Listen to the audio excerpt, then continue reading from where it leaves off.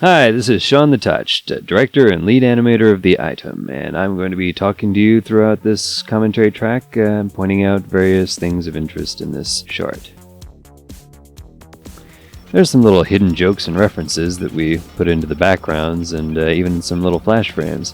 I like to put those in myself, and Louie and Ray put in a few in their backgrounds in Bunny's room.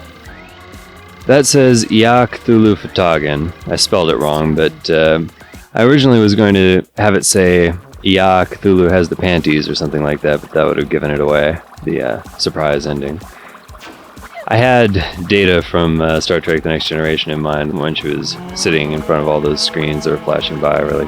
That was me doing the howling spirit in the pod. I called it an augury because that means like a herald or an oracle of some kind.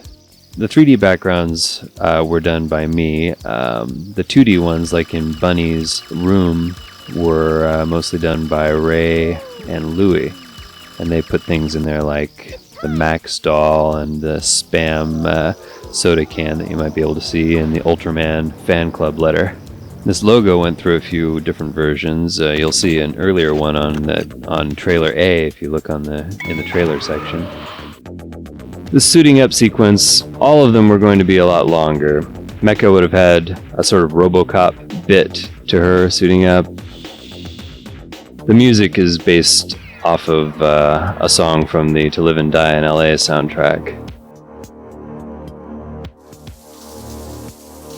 I would have done this shot a lot differently today. I would have done it at a lot higher resolution, for one thing.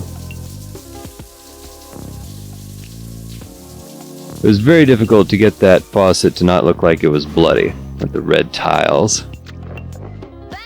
The Bunny Flash, obviously a reference to Honey Flash from Cutie Honey. Pretty good henshin scene, if I do say so myself.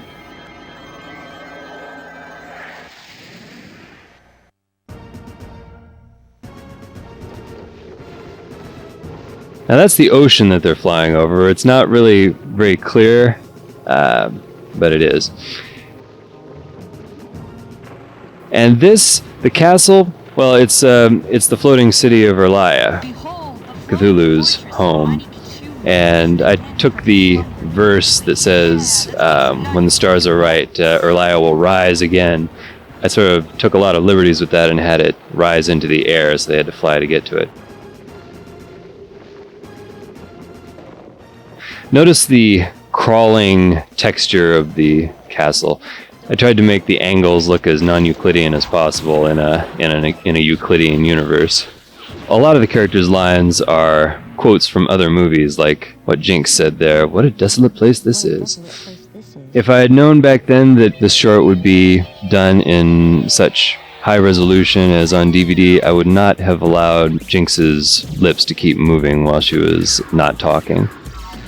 That shot of Jinx making it stretch all out, that was heavily inspired by the extreme distortions that Don Bluth used in Space Ace. There's the entrance of the first Yoma. I was happy with that design. Originally I had it without the big mouth, but I added the mouth later. I don't remember why.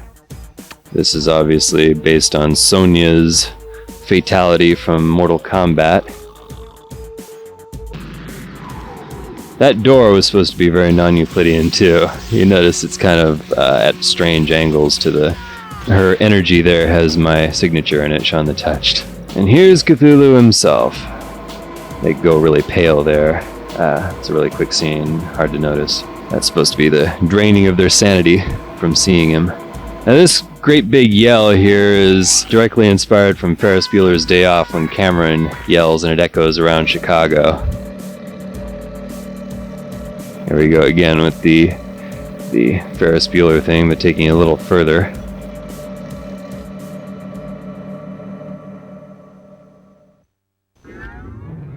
Unfortunately, we had to cut the scene where Bunny freaks out and goes on a killing spree.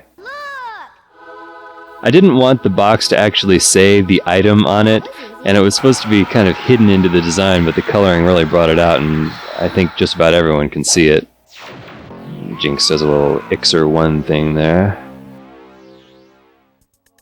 Our quest is at an end. There's a Monty Python and the Holy Grail line. and some Pulp Fiction reference. All of Cthulhu's vocal utterances were actually an alligator. I had an alligator in mind, or a crocodile, one of the two. I had them in mind for Cthulhu's voice. I finally found one on an animal sound effects CD, thankfully, in time for this. Don't know what I would have done otherwise. Now, as for the spelling of Cthulhu, I spelled it with a Q. That was because I wasn't sure if I could actually use the actual spelling of Cthulhu from H.P. Lovecraft. But as it turns out now, it might not have been at the time, but currently, Lovecraft's work, including Call of Cthulhu, are now in public domain, so I can use the actual spelling of Cthulhu.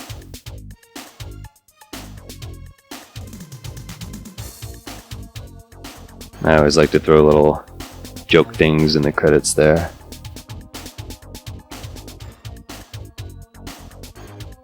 And thanks for watching the item.